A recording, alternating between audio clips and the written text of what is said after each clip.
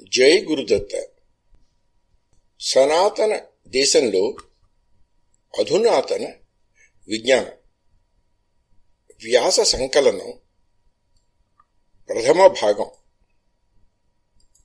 రచయిత జ్ఞానకులపతి శ్రీ కుప్ప వెంకటకృష్ణమూర్తి గారు.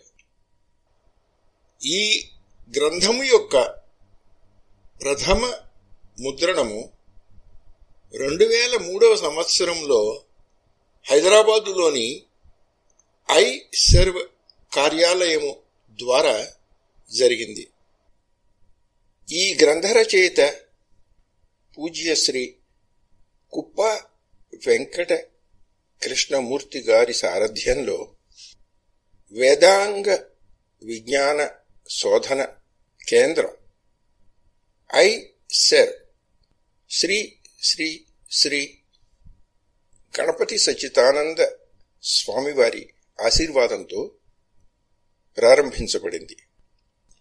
నోబెల్ పురస్కార గృహీత ష్రోడింగర్ తన సిద్ధాంతాలకు వేదాలలోని ఉపనిషత్తులే ప్రేరణలని ప్రకటించి ప్రపంచాన్ని ఆశ్చర్యంలో ముంచాడు. వృక్షాలు కూడా జీవులే అని నిరూపించిన వైజ్ఞానికుడు శ్రీ జగదీష్ చంద్ర బోస్కు కూడా వేదాలే ప్రేరకాలు కావడం గమనార్హం. శివతాండవ వర్ణనల వల్ల స్ఫూర్తి పొంది అణుఖండాల చలన ప్రక్రియను నిర్ణయించిన పాశ్చాత్య పరిశోధకులు కొందరున్నారు. ఇలాంటి సంఘటనలన్నీ మన పూరిగుడిసెలోనే అడుగున మహానిధి ఉన్నది అని తట్టి చెబుతున్నాయి. మన నిధిని మనం వెతుక్కోవాలి. మనస్వార్థం కోసం కాదు, ప్రపంచం అంతటికీ పంచిపెట్టడం కోసం. అలనాటి సంస్కృత సైన్స్ గ్రంథాలను విస్తారంగా స్వీకరించడం, వాటిలోని వైజ్ఞానిక సాంకేతిక పదాలను ఈనాటి వాటితో సరిపోల్చడం, ఇతర డీకోడింగ్ టెక్నిక్లన్నీ వినియోగించి నిర్వచన నిర్ణయాలు చెయ్యడం, తద్వారా పూర్వ సంస్కృత సైన్స్ గ్రంథాలను తత్సంబంధిత వేద భాగాలను మళ్లీ పరిశోధించడం వంటి కార్యక్రమాలను చేపట్టడం మన తక్షణ కర్తవ్యం. ఆ విజ్ఞానాన్ని మానవాళికి అంతటికీ జాతి మత కుల భేదాతీతంగా అందించాలనే పవిత్ర సంకల్పంతో సద్గురు శ్రీ శ్రీ శ్రీ గణపతి సచ్చిదానంద స్వామిజీ వారి దివ్యాజ్ఞ మేరకు దత్తపీఠ విద్యాధికారి శ్రీ కుప్ప వెంకట కృష్ణమూర్తి గారి అధ్యక్షత్వంలో ఈ iSERVe institute of scientific research on Vedas ఆవిర్భవించింది. ఇది వేదాంగ విజ్ఞాన శోధన సంస్థ. పరస్పర విరుద్ధంగా కనిపించే విజ్ఞానమయ కవితామయ ప్రతిభలు శ్రీ కుప్ప వెంకట కృష్ణమూర్తి గారిలో పరస్పర మైత్రితో నెలకొని ఉండడం విశేషం. జాతీయ స్థాయి ఖ్యాతి గణించిన వేద విద్వత్ కుటుంబంలో జన్మించిన వీరికి ప్రాచ్య విజ్ఞానం తాత తండ్రుల నుంచి సహజమైన ఆస్తి హక్కుగా సంక్రమించింది. ప్రకృతి రహస్యాల అన్వేషణ పట్ల శ్రీ కుప్ప వెంకట కృష్ణమూర్తి గారికి గల శ్రద్ధ వీరిలో తార్కిక ధోరణిని, విశ్వాస నిబంధనలకు అతీతమైన అన్వేషణా పటిమను ప్రోది చేసి వీరికి పాశ్చాత్య వైజ్ఞానిక నిధులను తెరచి చూపించింది. తత్ఫలితంగా నవీన గణిత శాస్త్రంలో మాస్టర్ డిగ్రీ శ్రీ కుప్ప వెంకట కృష్ణమూర్తి గారి చేతికి అందింది. ఈ విధంగా వీరు సనాతన అధునాతన మార్గాలలో రెండంచులా పదునైన కత్తి వంటివారు. జీవితావసరాల ప్రాబల్యం వల్ల వీరు స్వీకరించిన బ్యాంక్ ఉద్యోగం వారి విజ్ఞాన నిధికి ఆర్థిక పరిమాణాలను, పరిపాలనా పటిమను జత చేసింది. అనంతర కాలంలో శ్రీ జనార్దనానంద సరస్వతి స్వామి వారు అయిన శ్రీ కుప్ప లక్ష్మావధాని గారు పూజ్య శ్రీ కుప్ప వెంకటకృష్ణమూర్తి గారి పూజ్య తండ్రి గారు.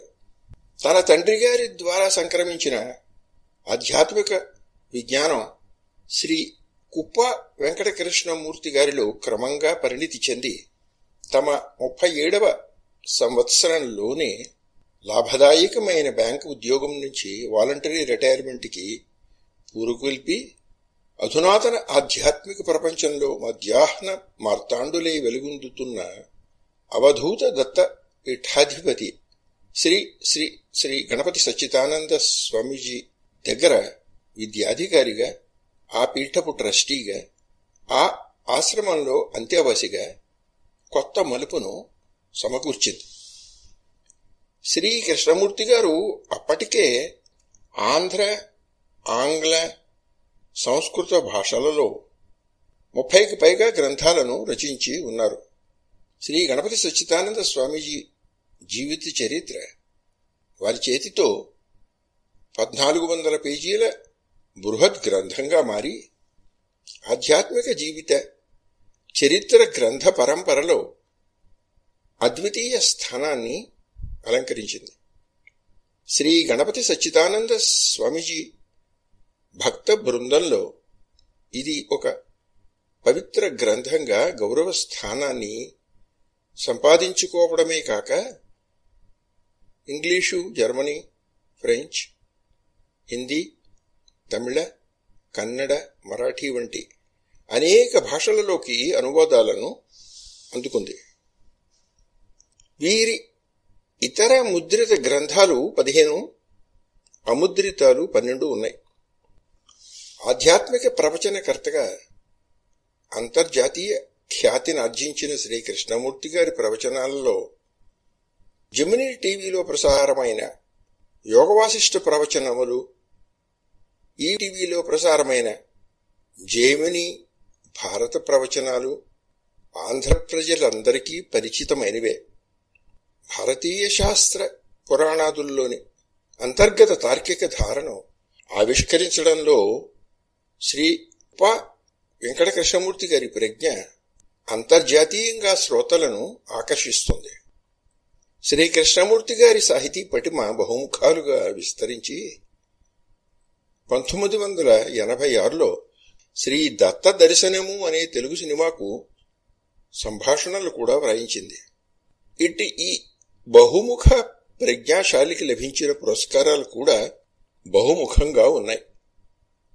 ప్రపంచ విఖ్యాతులైన శ్రీ గణపతి సచ్చిదానంద స్వామీజీ వారి అసమాన గురుత్వంలో శ్రీ కృష్ణమూర్తి గారి అంతర్దృష్టి ఆధ్యాత్మిక లోకంలోకి, వైజ్ఞానిక ప్రపంచంలోకి సమంగా వ్యాపించి విస్తరించడం వల్ల శ్రీ స్వామీజీ వారు 2004లో హైదరాబాదు కేంద్రంగా ఐసెర్వ్ అనే వేద విజ్ఞాన పరిశోధన సంస్థను స్థాపింపజేసి దానికి శ్రీ కృష్ణమూర్తి గారిని అధ్యక్షులుగా చేశారు. 58 ఏళ్ల వయస్సు గల శ్రీ కృష్ణమూర్తి గారు తమ ఆధ్యాత్మిక అన్వేషణను కొనసాగించుకుంటూనే ప్రస్తుతం సనాతన భారతీయ శాస్త్రాలలో గల విజ్ఞాన శాస్త్ర విశేషాలను అంతర్జాతీయ ప్రమాణాలకు అనుగుణంగా పరిశోధించి ప్రపంచానికి ప్రత్యామ్నాయ నూతన విజ్ఞాన శాస్త్రాన్ని అందించే విశ్వమానవ సేవలో నిమగ్నులై ఉన్నారు. ఈ దిశలో వీరు స్వయంగా అనేక గ్రంథాలను, పరిశోధన వ్యాసాలను రచించడమే కాక జాతీయ, అంతర్జాతీయ స్థాయిలలో ఎన్నో వైజ్ఞానిక సమ్మేళనాలను కూడా నిర్వహించారు. తమ సంపాదకత్వంలో ఎన్నో అపూర్వ గ్రంథాలను వెలికి తీసుకుని వచ్చారు, ఇంకా వెలికి తీసుకుని వస్తున్నారు. సనాతన దేశంలో అధునాతన విజ్ఞానం గ్రంథంలోకి ప్రవేశిస్తే మొదటి చాప్టర్ చరిత్ర నిర్మాణ సూత్రాలు. ఇది వైజ్ఞానిక యుగం. విజ్ఞానానికి ముఖాలు అనేకం, అనంతం. ఈనాడు మనకు కనిపిస్తున్న విజ్ఞాన శాఖల సంఖ్య ఏనాటికి ఆనాడు పెరిగిపోతోంది. మనందరికీ గర్వకారణంగా ఉన్న ఈనాటి విజ్ఞాన విశ్వరూపం యొక్క వయస్సు మహా అయితే 300 ఏళ్ళు, ఇంకా సాగదీస్తే 500 ఏళ్ళు, అంతకు మించి సాగదు. కానీ చరిత్ర లోతులు తవ్వుతున్న కొద్దీ వేలకు వేల సంవత్సరాల వెనుక ఈనాటి మన విజ్ఞాన శాస్త్రం కన్నా విభిన్నమైన మార్గంలో మానవుడు ఎన్నెన్నో చిత్ర విచిత్ర కార్యాలు సాధించిన దాఖలాలు అక్కడక్కడా తగులుతూ ఉంటాయి. చైనాలో, ఈజిప్టులో, గ్రీసులో కనిపించే దాఖలాల గురించి పట్టించుకునేవారు కొందరైనా ఉన్నారు. భారతోపఖండంలో అంతకన్నా వేల వేల సంవత్సరాల వెనక అంతకన్నా ఆశ్చర్యకరమైన విజ్ఞాన శాఖ వికాసాలు సూర్యకిరణాల వలె పుంఖాలుగా విరిసే విలసిల్లిన సాక్ష్యాలు మన చుట్టూతా మిణుగురులాగా మెరుస్తూనే ఉన్నా మనం వాటిని పట్టించుకోవడం లేదు. ఎక్కడో సింధులోయలో, హరప్ప, మొహంజదారో నాగరికతల గురించి 4 మాటలు విని మురిసిపోవలసిన గతి మనకు లేదు. మన దేశంలో ప్రతి నదీ తీరాన, ప్రతి పర్వత ప్రాంతాన, ప్రతి రాష్ట్రాన విజ్ఞాన విభాకరులు వెలుగులేని దాఖలాలు ఈనాటికి మన చుట్టూ ఉన్నాయి. ఉంటే మరి చరిత్రకారులు ఎందుకు చెప్పరు? అది సూటి ప్రశ్న. దీనికి సమాధానం వివరంగా చెప్పుకుందాం. ఇటీవలి శతాబ్దాల్లో మనకు చరిత్రాధ్యయనం చేయవలసిన తీరుతెన్నులను నేర్పిన చరిత్రకారులు పాశ్చాత్యులు. అంటే పశ్చిమ దేశాల నుంచి ఇక్కడికి వచ్చినవారు. వారు వేరే పని మీద ఇక్కడికి వచ్చి ఆ పనిలో భాగంగా ఇక్కడి చరిత్రను అన్వేషించారు. వాళ్ళు అన్వేషణ ప్రారంభించే నాటికే ఇక్కడి పరిస్థితి పరపరిపాలనా పంకంలో కూరుకుపోయి అంధవిశ్వాసాల దిగ్బంధాలలో చిక్కుబడి చిందరవందరగా ఉంది. ఆ చిక్కులను విడదీయవచ్చు, దారాలను సరిచేయవచ్చు, అల్లికలను గుర్తించవచ్చు. దానికి తగిన ప్రజ్ఞ గల పండితులు అప్పటికి పుష్కలంగానే ఉన్నారు. కానీ ఆనాటి పాశ్చాత్యులకు ఆ పని తమ పనిలో భాగం కాదు. అందువల్ల వారు ఆ పండితులను, ఆ పద్ధతులను మొత్తంగా తిరస్కరించి తమకు కావలసిన రీతిలో, తమకు కావలసిన దిశలో, తమకు కావలసిన లక్ష్యం కోసం తమ అన్వేషణ కొనసాగించారు. ఆనాటికే వందల కొలది విజ్ఞాన శాఖలు అంతరించిపోయి వాటి పేర్లు మాత్రం మిగిలి ఉండడం చేత వాటి కోసం వెతకడంలో పాశ్చాత్యులకు ప్రయోజనం ఏమీ కనిపించలేదు.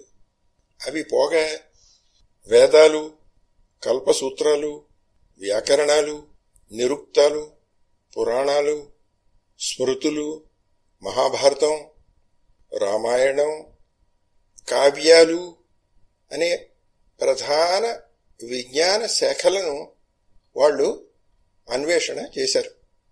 ఈ అన్వేషణలో వారికి గొంతు పట్టుకున్న విషయాలు వేదాలు, పురాణాలు. వాటిలో వేదాలు అపౌరుషేయాలని, వాటికి రచయితే లేడని, అవి అనాదిగా వస్తున్నాయని భారతీయులు అంటున్నారు. పురాణాలకు కర్త ఉన్నా అవి వేలకు వేల సంవత్సరాల వెనక్కాలవి అని వాళ్ళు లెక్కలు చెప్తున్నారు. ఈ మాటలు నమ్మడం పాశ్చాత్యులకు సమ్మతం కాదు. దానికి కారణాలు ప్రధానంగా 3. మొదటి కారణం ఏమిటంటే మానవ విజ్ఞాన చరిత్ర అంతా కలిపి మహా అయితే 10,000 ఏళ్ల లోపుకి సరిపెట్టాలనే విశ్వాసం వాళ్ళది. రెండవ కారణం ఏమిటంటే తమ స్వఖండంలో ఉద్భవించిన సాహిత్యాలను తీసుకుని వాటితో సరిపోల్చి చూసి తద్వారా మిగిలిన సాహిత్యాల కాల నిర్ణయాలు చేయాలనేది విశ్వాసం ఈ పాశ్చాత్యులది. మూడవ కారణం ఏమిటంటే ఈ పాశ్చాత్యులకు తెలిసినంతలో ఒక సిద్ధాంతకర్త కనిపిస్తే ఆ సిద్ధాంతకర్తకు వెనకాల ఆ సిద్ధాంతం లేనే లేదనే విశ్వాసం. ఉదాహరణకి బుద్ధుడి వెనకాల బౌద్ధ సిద్ధాంతం లేదు అనే విశ్వాసం. ఈ మూడు విశ్వాసాలే కాని నిరూపిత అంశాలు కావు. అయినా వారి విశ్వాస బలం వల్ల అవి నిరూపిత అంశాలుగా భావించి వాటి మీద ఆధారపడి మిగిలిన చరిత్ర పరిశోధన అంతా సాగిపోయింది. అలా సాగిపోయిన చరిత్ర పరిశోధన యొక్క నిర్ణయాలు ఎలా జరిగాయంటే, ఆ అన్వేషణ ప్రకారం మొదటి నిర్ణయం వాళ్ళు చేసింది ఏంటంటే, వేదాలలో సంహితల కాలం 5000 BC లోపు, వాటిలోనే బ్రాహ్మణాల కాలం 1200 BC నుంచి 500 BCలకు లోపు అని.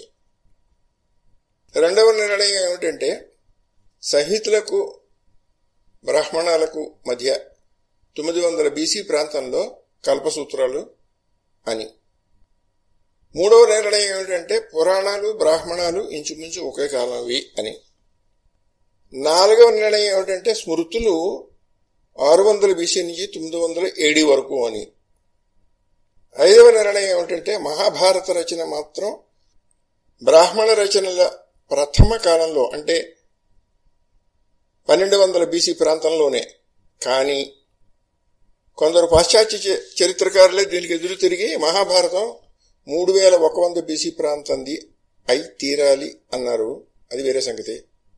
ఆరవ నిర్ణయం ఏమిటంటే, రామాయణం మాత్రం భారతం తరువాత 800-900 BC ప్రాంతంలో వచ్చాయి అని. అనేక విషయాలలో అభిప్రాయ భేదాలు ఉన్నప్పటికీ స్థూలంగా ఇవి పాశ్చాత్య చరిత్రకారుల అభిప్రాయాలు. ఇక భారతీయ చరిత్ర నిర్మాణ పద్ధతులు ఏమిటంటే, దీనికి భిన్నంగా భారతీయులకు సొంతమైన చరిత్ర నిర్మాణ ప్రక్రియ ఒకటి ఉంది. అది మధ్యయుగాలలో పరపరిపాలన కాలుష్యం వల్ల కొంత చెదరిపోయినప్పటికీ దాని మూలసూత్రాలు విస్పష్టంగా మనకి తెలుసు. దానిలోని ప్రధాన అంశాలు ఏమిటి అంటే, మొదటిది నక్షత్ర విజ్ఞానం, రెండవది భవిష్య విజ్ఞానం, మూడు కాలమానపు ఆవృత్తి సిద్ధాంతం. ఇవి మన గ్రంథాలలో అనేక చోట్ల ఖగోళంలోని సుదూర నక్షత్రాల సన్నివేశాలను నిర్దుష్టంగా పేర్కొనడం కనబడుతుంది. ఆ నక్షత్ర స్థితిని బట్టి వేల సంవత్సరాల చరిత్రాంశాలను నిస్సంశయంగా నిశ్చయించే విధానాలు మన దగ్గర ఉన్నాయి. అయితే కాలమానం ఎప్పుడూ పునరావృతం అవుతూ ఉంటుంది కనుక ఏ సన్నివేశం ఏ ఆవృత్తిలోనిదో నిర్ణయించడం అనేది ఒక పెద్ద సమస్య. ఉదాహరణకి వసంత విషువు బంధువు అప్రదక్షిణంగా సంచారం చేస్తూ ఉంటుంది. ఇది 1 డిగ్రీ కదలడానికి 72 సంవత్సరాలు పడుతుంది. అంటే ఒక నక్షత్రం నుంచి మరో నక్షత్రంలోకి మారడానికి 960 సంవత్సరాలు పడుతుంది. ఈ లెక్కలను ఈనాటి విజ్ఞాన శాస్త్రం కూడా అంగీకరిస్తుంది. ఇలాంటి ఈ విషువ బిందువు భరణీ నక్షత్రంలో 10వ డిగ్రీలో ఉన్నట్టు వేదాంగ జ్యోతిషం అనే గ్రంథంలో ప్రసక్తి ఉంది. దాన్ని బట్టి లెక్కలు కడితే ఆ గ్రంథం క్రీస్తు పూర్వం 1200 ప్రాంతానిదని నిశ్చయం అవుతుంది. అంటే మనకు సన్నిహిత భూతకాలంలో ఈ సన్నివేశం 3000 సంవత్సరాల ప్రాంతానికి వచ్చింది. అదే విషువ బిందువు మరొక ఆవృత్తికి ముందు అదే భరణి నక్షత్రంలో ఉండి తీరుతుంది. అది కొన్ని లక్షల సంవత్సరాల వెనుకటి కాలమై ఉంటుంది. మన ప్రస్తుత సన్నివేశ కాలాన్ని వేల సంవత్సరాల వెనుకటిదిగా భావించాలా, లక్షల సంవత్సరాల వెనుకటిదిగా భావించాలా? పాశ్చాత్య చరిత్రకారులు ఖగోళ పరిజ్ఞానాన్ని సాక్ష్యంగా స్వీకరించడానికి మానసికంగా చంకుతాడు. కారణం ఏమిటంటే దాన్ని ఒప్పుకుంటే వేల లక్షల సంవత్సరాల వెనుక మానవ అస్తిత్వాన్ని, సంస్కృతి అస్తిత్వాన్ని, విజ్ఞాన అస్తిత్వాన్ని అంగీకరించవలసి వస్తుంది. అది వారికి మింగుడు పడని విషయం. లోహయుగానికి రాతియుగానికి వెనుక సంస్కృతి వికాసం ఉండేది అంటే వారి తర్కానికి అతకదు. కానీ ఇంకోటి కూడా ఉంది, తరంగవాదం అని. అది ఏంటంటే మనకు సత్యాన్వేషణలో అభిరుచులకు విశ్వాసాలకు ప్రమేయం లేదు. మనది తరంగవాదం. అంటే సృష్టి ప్రళయాలు తరంగాల్లాగా మళ్ళీ మళ్ళీ ఆవృత్తమవుతూ ఉంటాయి అని మనం గుర్తించాం. యోగ వాసిష్టంలో ఒక చోట ఈ మాట విస్పష్టంగా ఉంది. పరమార్థాంబుధౌ స్ఫారే రామసర్గతరంగకాః భూయో భూయో నువర్తంతే త ఏవాన్యే చ భూరిశః. యోగ వాసిష్టం ముముక్షు ప్రకరణం 2వ సర్గ 19వ శ్లోకం. తాత్పర్యం ఏమిటంటే, రామా, పరమార్థ సత్యం అనే సముద్రంలో సృష్టులు అనే తరంగాలు ఒకదాని వెనుక మరొకటి మళ్ళీ మళ్ళీ వస్తూ ఉంటాయి. వచ్చినవే మళ్ళీ వస్తూ ఉంటాయి. కొంచెం తేడాగా కొత్తవి వస్తూ ఉంటాయి. ఈ సిద్ధాంతాన్ని నమ్మవచ్చునా? ఎప్పుడు ఎందుకు? ఈనాటి పరిస్థితిని పరిశీలిద్దాం. ఈనాడు సైన్సు పెరిగింది, ఇంకా పెచ్చు పెరుగుతోంది. ఇది ఇలాగే పెరుగుతూ పోతే ఏ యుద్ధాలు లేకుండానే మనకు లోహయుగము, రాతియుగము వచ్చి తీరుతాయని వైజ్ఞానికులే హెచ్చరిస్తున్నారు, బెదిరిస్తున్నారు. యుఎన్ఓ వారు, అంటే యునైటెడ్ నేషన్స్ ఆర్గనైజేషన్ వాళ్ళు, ఈ మధ్య గ్లోబల్ వార్మింగ్ రిపోర్ట్ అని ఒక నివేదికను ప్రకటించారు. సైన్స్ యొక్క ప్రగతి వల్ల భూగోళ ఉపరితలం యొక్క సగటు ఉష్ణోగ్రత 7 పెరిగిపోతోంది అని. ఇది ఇలాగే పెరిగిపోతే మహా అయితే మరో శతాబ్దంలో వేసవికాలం వచ్చేసరికి సిమెంట్ కాంక్రీట్ ఇళ్లు కూడా వాటంతట అవే తగలబడిపోతాయని. ఈనాటి శీతల దేశాల్లో కూడా ఇది జరుగుతుందని ఆ నివేదికలో వారు నిరూపించారు. ఈ చెడు రోజును వాయిదా వేసుకుంటూ రావాలని మానవజాతి కొంత కృషి చేస్తుంది. కానీ సహజంగానే నిజాయితీ లోపించిన ఈనాటి సమాజం చేసే కృషి దీర్ఘకాల ఫలితాలను ఇవ్వడం కష్టం. ఈలోగా ప్రకృతే కొంత సవరణ చేసుకోగా ఈ చెడు రోజు మరింత దూరానికి జరుగుతుంది. అయినా మానవుడు తన విజ్ఞాన కాలుష్యం ఆపడు కనుక యునైటెడ్ నేషన్స్ ఆర్గనైజేషన్ వారి హెచ్చరిక ఏదో ఒకనాటికి నిజం అవుతుంది. ఆనాటికి నరజాతి నిలువ నీడ లేనిదే వానరజాతిగా మారిపోతుంది. కానీ ప్రకృతి వికాస ప్రక్రియ అక్కడితో ఆగిపోదు. మళ్లీ మానవజాతి చిగురించి సంస్కృతి వికసిస్తుంది. ఈ దశలో డార్విన్ సిద్ధాంతం పనిచేస్తుంది. ఇంకో విషయం ఇప్పుడు సూక్ష్మ శరీరధారులు అని. నవీన విజ్ఞానం చూడడానికి నిరాకరిస్తున్న విజ్ఞాన రహస్యం ఇక్కడ ఒకటి ఉంది. ఈ లయ ప్రక్రియను, ఆ పై సృష్టి ప్రక్రియను కూడా పర్యవేక్షించి నిర్వచించే దేహాతీతులైన ఉత్తమ జీవులు కొందరు ఉన్నారు. వారే సూక్ష్మ దేహధారులైన మహర్షులు, పరమర్షులు. వారు విజ్ఞాన స్రవంతిని, సంస్కృతి స్రవంతిని పై సృష్టి తరాలకు అందిస్తూ ఉంటారు. హిరోషిమా, నాగసాకీలలో అణుబాంబులు పేల్చినప్పుడు లక్షల మంది మరణించగా ఎలా బ్రతికారు అంతుపట్టకుండా అక్కడొకడు బ్రతికాడు. అలాగే అవాంతర ప్రళయ సన్నివేశాలలో కూడా ఈ సువిశాల భూతలం మీద ఏమూలో ఉత్తమ మానవులు అక్కడక్కడ మిగులుతారు. సూక్ష్మ శరీరధారులైన పరమరుషులు వీరిని సంయోజనపరచి వీరి ద్వారా ఆయా కాలాలకు పురోగతి ప్రదాలైన సమున్నత ఆలోచనలను ఆయా సమాజాలకు అందిస్తూ మానవతా వికాస వేగాన్ని పెంచుతూ ఉంటారు. ఇలాంటి సన్నివేశాలలో డార్విన్కు లింకులు దొరకవు. డార్విన్ సిద్ధాంతం మీద మాత్రమే ఆధారపడి ఆలోచించేవారు వానరుడి నుంచి అల్పనరుడు, వాడి నుంచి క్రమంగా ఉత్తమ మానవుడు వికసిస్తున్నారు అని భావిస్తూ ఉంటారు.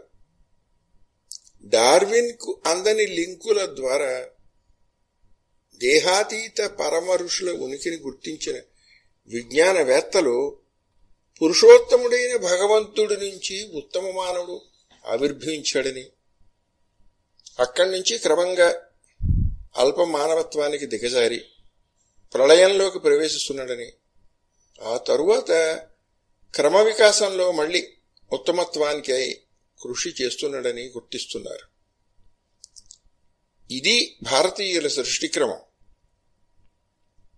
ఇక వేదాల ఆవిర్భావం ఎలా జరిగిందంటే, ఈ సృష్టి క్రమాన్ని అర్థం చేసుకున్న తరువాత వేదాల ఆవిర్భావం గురించి అన్వేషించాలి. భారతీయ విజ్ఞానవేత్త ఎవడు నేను ఈ సిద్ధాంతానికి కర్తను అని చెప్పుకోడు. ఎందుకు అంటే ఏ సిద్ధాంతము తనతో మొదలు కాదని వాడికి తెలుసు.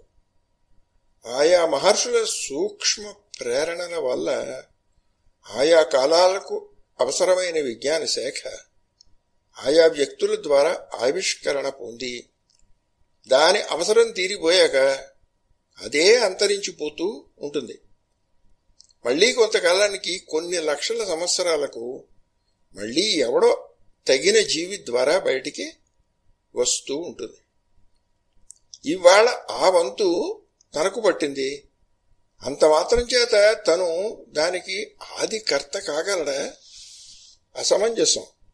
అందుకే భారతీయ వైజ్ఞానికుడు తాను సిద్ధాంతకర్తను అనుకోడు, అనడు. ఆ సిద్ధాంతానికి తన పేరు పెట్టుకోడు. అదికాక వెనుకటి తరాల విజ్ఞానవేత్తల పరంపర తనకు ఎంతో విజ్ఞానాన్ని అందిస్తే, ఆలోచించే తీరును కూడా నేర్పితే, వీటికి తోడు ఏదో తెలియని ఒక మెరుపు అంటే స్పార్క్ మెరిస్తే ఈ మొత్తం కలిపి ఒక కొత్త ఆవిష్కరణగా రూపొందుతుంది. దీనిలో తన పాత్ర ఎంత?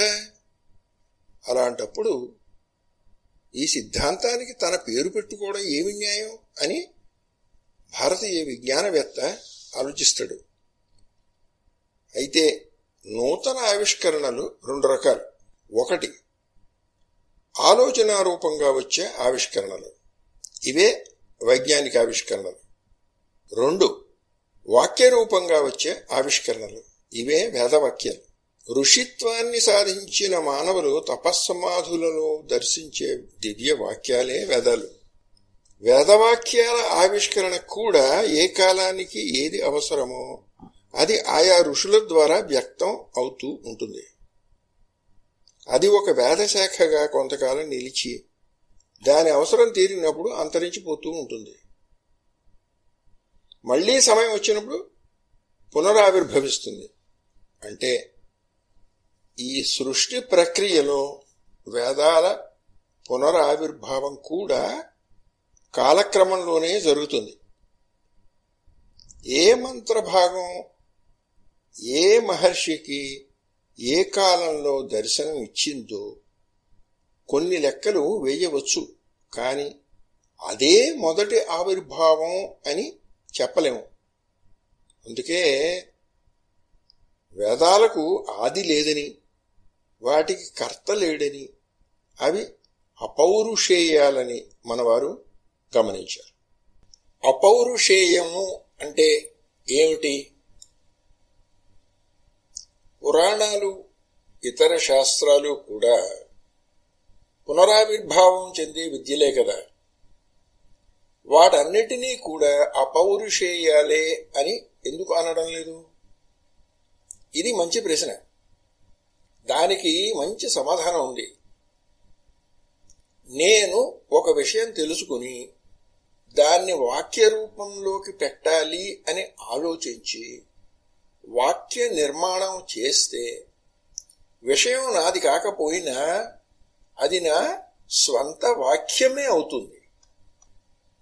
మరొకరు చెప్పిన వాక్యం మొదట విని తరువాత దాని ద్వారా విషయం తెలుసుకుంటే ఆ వాక్యం నా స్వంతం కాదు, విషయము నా స్వంతం కాదు. వేదాల విషయంలో మహర్షులకు ముందు వాక్యాలు వినిపించాయి. వాక్యాల తరువాత అర్థం కూడా స్ఫురించింది. అందువల్ల అవి అపౌరుషేయాలు అన్నారు. పురాణాల విషయంలోనూ ఇతర శాస్త్రాల విషయంలోనూ అర్థమే ముందు స్ఫురించింది. అంటే విషయం తన ఊహలోకి వచ్చింది, స్పార్క్స్ వచ్చాయి, వాటిని పరిశీలించమని అనే ప్రేరణ జరిగింది. దాని వెంట నిదానంగా వాక్యాలు వచ్చాయి. అందువల్ల అవి పౌరుషేయాలు, అంటే వ్యక్తులచే రచింపబడినవి అయ్యాయి. చరిత్ర అధ్యయనంలో వస్తున్న మార్పులు ఎలా ఉన్నాయంటే, ఈ పై చెప్పిన విషయాలను అర్థం చేసుకున్నప్పుడు మన చరిత్రను మనం అధ్యయనం చేసే తీరు మారుతుంది. 200 ఏళ్ల కిందట ఆనాటి పాశ్చాత్య విద్యావేత్తలు అనుసరించిన ఆలోచన ధోరణులు ఈనాడు పాశ్చాత్య లోకంలోనే విమర్శలకు గురి అవుతున్నాయి. దానికి అనుగుణంగానే మన విశ్వవిద్యాలయాలలోని ఆచార్యుల ఆలోచనలలో కూడా కొత్త చిగుళ్ళు కనిపిస్తున్నాయి. ఉదాహరణకి సెప్టెంబర్ 9వ తారీఖు 1996 ఇంగ్లీషు దినపత్రిక బెంగుళూరు సంచికలో ప్రకటితమైన ఈ అంశాన్ని గమనించండి. అందులో ఎలా ఉందంటే, బళ్ళారిలోని వీరశివ కాలేజీ వారి స్వర్ణోత్సవ సందర్భంగా చరిత్ర రచన దృక్కోణాల మార్పు అనే అంశంపై ఏర్పాటైన సెమినార్లో ప్రసంగిస్తూ న్యూఢిల్లీకి చెందిన Indian council of historical research సంస్థ చైర్మన్ డాక్టర్ ఎస్ సత్తార్ భారతదేశ చరిత్ర నిర్మాణం గురించి అనేక విప్లవాత్మకమైన సత్యాలను బహిరంగపరిచారు. చరిత్ర పరిశోధనలలో దృక్పథం మారుతోంది అంటూ బ్రిటిష్ చరిత్రకారులు వ్రాసినదంతా వేదసమ్మతమే అని భావించి వారు చూపిన సాక్ష్యం సరియైనదా కాదా అని పరిశీలించకుండా వారు చెప్పినదే చరిత్రగా అంగీకరించి దానినే తిరిగి వల్లించి దానినే తిరిగి బోధించే అభ్యాసం క్రమంగా తగ్గుతోందని, ఇంకా తగ్గాలని ఆయన అన్నారు. ఈనాడు చరిత్రకారులు మన దేశ చరిత్రను తిరిగి వ్రాయవలసిన ఆవశ్యకత ఉంది అని, అందుకోసం పూర్వపు సాక్ష్యాలను పునః పరిశీలించాలని ఆయన పిలుపు ఇచ్చారు. ఈ సందర్భంగా ఆయన మరింత వివరణ ఇస్తూ, మన పురాణాలు ఒక అపూర్వ శైలిలో చరిత్రను రచించాయని, నవీన చరిత్రకారులు ఈనాడు కొత్త కొత్త ఊహల కోసం పురాణాల వంక చూపులు సారిస్తున్నారని ఆయన అన్నారు. పురాణాలే కాక మన దేశంలోని అనేక కావ్య నాటకాదులు కూడా మనకు చరిత్రను గురించిన సత్యాలను అందిస్తున్నాయని చెబుతూ ఆయన కల్హణుని, రాజతరంగిణిని, కంప్లీ చరిత్రను వర్ణించే కుమారరాయ కృతులను ఉదహరించారు. అంతేకాక బసవన్న వంటి అనేక మంది సంఘ సంస్కర్తల రచనలలో ఆనాటి సాంఘిక పరిస్థితులు స్పష్టంగా వ్యక్తం అవుతున్నాయి అన్నారు. ఈ రకమైన ఆలోచనలు పరిశోధనలుగా క్రియారూపం దాల్చి మన చరిత్ర నిర్మాణ సూత్రాలు మనకు విస్పష్టం అయితే మన సనాతన విజ్ఞాన వికాసంపై మనకు గల అపోహలు కూడా తొలగిపోతాయి. ఈ దిశలో పరిశోధనలు జరగాలి. ఈ తపనతోనే ఇటీవల విజయవాడలో వేద విజ్ఞాన పరిశోధన మండలి అనే సంస్థ వెలసింది. ఇది నిజానికి ప్రభుత్వాలు, విశ్వవిద్యాలయాలు వంటి మహాసంస్థలు చేపట్టవలసిన బృహత్ కార్యం. కానీ ఎవరో చెయ్యాలని ఎదురు చూసి కంటే మన దేవుడికి మనమే దీపం వెలిగించుకోవడం మేలు అనే తపంతో కేవలం ఔత్సాహిక స్వయం సేవక పరిశోధకులు ముందుకు వచ్చి వెలిగిస్తున్న గుడి దీపమే ఈ మండలి. ఇక్కడ వత్తి ఉంది, చెరువంత కుంది ఉంది. ఈ వత్తికి 10 ఒత్తులు జత కావాలి. ఈ కుందెలో నూనె ఎప్పటికప్పుడు నిండాలి. ఇది మేధావుల బాధ్యత. ఇది ఆస్తికుల బాధ్యత. పురాతన భారతంలో గణిత శాస్త్రం ఉపక్రమం. ఎక్కడ ఎప్పుడు గణిత శాస్త్రం వికసిస్తుందో అక్కడ అప్పుడు భౌతిక విజ్ఞాన శాస్త్రాలు అన్నీ వికసిస్తాయి. ఇది చరిత్ర నిరూపించిన సత్యం. కాబట్టి ఒకానొక దేశంలో ఒకానొక సమయంలో వివిధ విజ్ఞాన శాఖల వికాసం ఏ స్థాయిలో ఉన్నదో తెలుసుకోవాలి అంటే అప్పటి గణిత శాస్త్ర వికాస స్థాయిని తెలుసుకుంటే చాలు. దానిని బట్టి మిగిలినవి మనం ఊహించుకోవచ్చు. తాత్విక విజ్ఞాన శాఖలకు తర్కం అంటే లాజిక్ ఎటువంటిదో భౌతిక విజ్ఞాన శాఖలకు గణితం అటువంటిది. ఎక్కడ తర్కం వికసిస్తూ ఉంటుందో అక్కడ గణితం కూడా వికసిస్తూ ఉంటుంది. నిజంగా చెప్పాలి అంటే గణితానికి తర్కానికి ఒకటే తేడా. తర్కం ప్రాంతీయ భాషలో మాట్లాడుతుంది, గణితం అంకెల భాషలో మాట్లాడుతుంది, అంతే.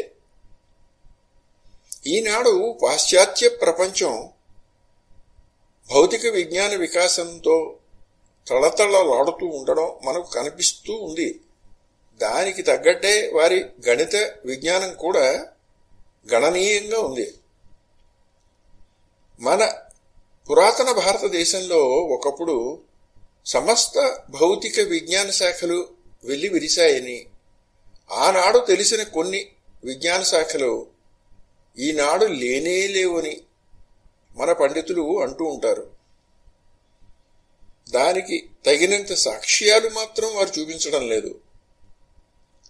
అలా అని వారి మాటలను పూర్తిగా కొట్టి పారవేద్దామా అంటే సనాతన భారతంలో తర్కశాస్త్రం తామర తంపరగా విస్తరిల్లిన దాఖలాలు మనకు కోకొల్లలుగా ఉన్నాయి. తర్కం వికసించిన చోట గణితము, అది వికసించిన చోట భౌతిక విజ్ఞాన శాఖలు వికసించి తీరుతాయి అనేది చారిత్రక సత్యమని ఇప్పుడే చెప్పుకున్నాం. కనుక ఆనాడు తర్కంతో పాటు ఇతర భౌతిక విజ్ఞాన శాఖలకు కూడా వికాస దిశలో ఉండే అవకాశం ఉంది. కానీ భౌతిక విజ్ఞాన వికాసం గణితం మీద సూటిగా ఆధారపడి ఉంది, కానీ తర్కం మీద కాదు. కనుక పురాతన భారతంలో గణిత శాస్త్ర స్థాయి ఏపాటిదో తెలిస్తే కానీ ఆనాడి భౌతిక విజ్ఞాన శాఖ వికాసం గురించి అంచనా వేసేందుకు అవకాశం ఉండదు. అందువల్ల ఆనాటి గణిత శాస్త్ర వికాసాన్ని గురించి అన్వేషిద్దాం. ఇప్పుడు విషయంలోకి ప్రవేశిద్దాం. ఏ దేశంలో అయినా సరే గణిత శాస్త్రం అంకెలతో మొదలవుతుంది. ఎంత పెద్ద అంకెలను తయారు చేయగలిగితే గణిత శాస్త్రం అంత పెద్దగా పెరుగుతున్నట్టు లెక్క. భారతదేశంలో అతి పురాతన సాహిత్యం వేదాలు. వీటి కాలాన్ని వీలైనంత కిందకి తీసుకొద్దామని ఒకప్పటి పాశ్చాత్య పండితులు భావించినప్పటికీ పరిశోధన పెరుగుతున్న కొద్దీ ఆ పని కష్టమైపోతుంది. మొదట్లో వేదాలను 2000 బీసీకి తీసుకువెళ్లిన ఆ పండితులే క్రమంగా 5000 బీసీకి ఇంకా వెనక్కి తీసుకుపోక తప్పదు అంటున్నారు. నిజానికి మన ఎదురుగా విస్పష్టంగా ఉన్న సాక్ష్యాలను వదిలిపెట్టుకోకపోతే వేదకాలాన్ని కనీసం 25,000 బీసీకి అయినా తీసుకుపోక తప్పదు. అలాంటి వేదాలలో కృష్ణ యజుర్వేద సంహితలో ఒకచోట 1 పక్కన 12 సున్నాల అంకెను గురించి ప్రస్తావన వచ్చింది. అంటే 10⁻12 ప్రస్తావన వచ్చింది అన్నమాట. ఈనాడు మనకు ఇందులో ఉన్న కష్టం ఏమిటో తెలియకపోవచ్చు. ఆ సమయంలో వివిధ దేశాలలో అంకెల పరిస్థితి ఎలా ఉందో తెలుసుకుంటే 10⁻12 యొక్క గొప్పతనం ఏమిటో మనకు తెలుస్తుంది. ప్రొఫెసర్ డాక్టర్ సిహెచ్ ఓనోస్ పండితుడు glimpses of the history of mathematics, గణిత శాస్త్ర లఘు చరిత్ర అనే గ్రంథం రాశాడు. దానిలో ఆయన ఇలా చెప్పాడు: గ్రీకు భాషలో అతిపెద్ద అంకె 10,000 మైరాయిడ్. అంతకంటే పెద్ద అంకెల గణనం ఆ రోజుల్లో ఉన్న దాఖలాలు లేవు. 287 212 బీసీ నాటి ఆర్కిమిడీస్ క్యాలిక్యులస్ ఆఫ్ శాండ్, ఇసుకరేణు గణనం అనే గ్రంథం రచించాడు. ఈ గ్రంథంలో ఆయన 10,000 అంకెకు పైన కూడికలు చేసే విధానాలను నిర్మించడానికి కృషి చేశాడు. సంఖ్యా లేఖన విధానం ఏమిటంటే ఆయన రాసింది, ఆ వ్రాతను బట్టి బీసీ 4 శతాబ్దానికి వెనకాల గ్రీకులకు గల అంకెల నిడివి ఏమిటో మనకు అర్థమవుతోంది. దీనికి భిన్నంగా భారతదేశంలో వేదాలలోనే 10⁻12 యొక్క ప్రసక్తి రావడం మాత్రమే కాక అనేక చోట్ల 1 0 10, 1 2 సున్నాలు 100, 1 3 సున్నాలు 1000, 1 4 సున్నాలు 10,000 ఆయుతము, 1 5 సున్నాలు 1,00,000, 1 7 సున్నాలు 1,00,00,000, 1 8 సున్నాలు అర్బుదము, 1 9 సున్నాలు నియర్బుదము లేదా పద్మం, 1 10 సున్నాలు 10⁻10 ఖర్వము, 1 11 సున్నాలు 10⁻11 నిఖర్వము, 1 12 సున్నాలు మహాపద్మం 10⁻12 అన్నమాట. అది 1 13 సున్నాలు 10⁻13 శంకువు, 1 14 సున్నాలు 10⁻14 జలధి, 1 15 సున్నాలు 10⁻15 అంత్యము, 1 16 సున్నాలు 10⁻16 మధ్యము, 1 17 సున్నాలు 10⁻17 పరార్థము. ఇలా నామనిర్దేశపూర్వకంగా అంకెల ప్రసక్తి వచ్చింది. కేవలం అంకెలు మాత్రమే కాక దానికి భాషలో పేరు కూడా వచ్చింది. అంటే అంతంత అంకెలకు ఉపయోగం చాలా ఎక్కువగా ఉన్నది అని అర్థమే కదా. అంత పెద్ద అంకెలను ఎక్కడ ఉపయోగిస్తారు?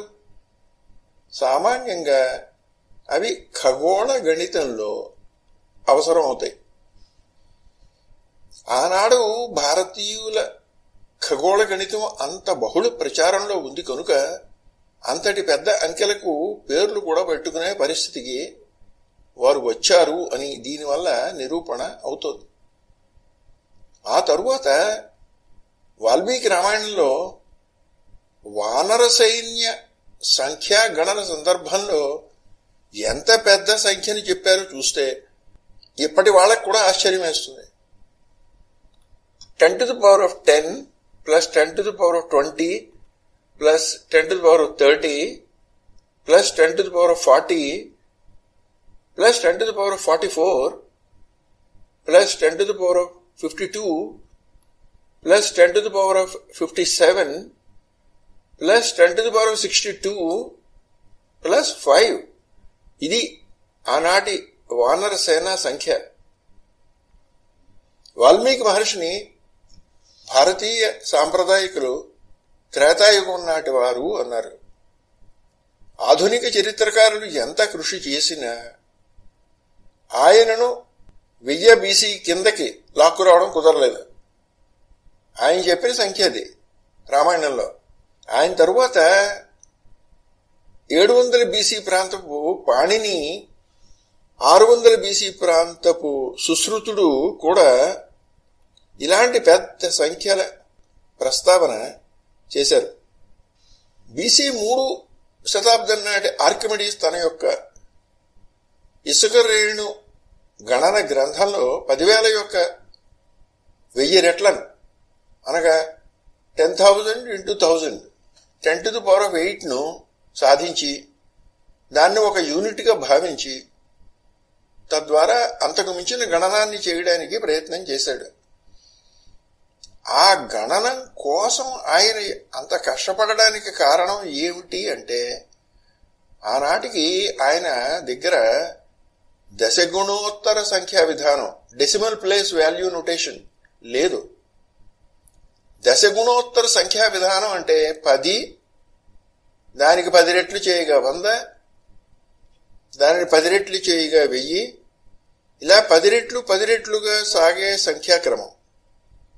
దీనితో పాటు అంకెల అమరికలో 1ల స్థానం 10ల స్థానం, 100ల స్థానం 1000ల స్థానం అని ఇలా స్థానానికి విలువను నిర్ణయించే విధానం కూడా దశగుణోత్తర విధానంలో భాగంగా ఉంటుంది. ఇలాంటి విధానం లేదు కనుకనే ఆర్కిమిడీస్ అంత శ్రమ పడ్డాడు. జై గురుదత్త.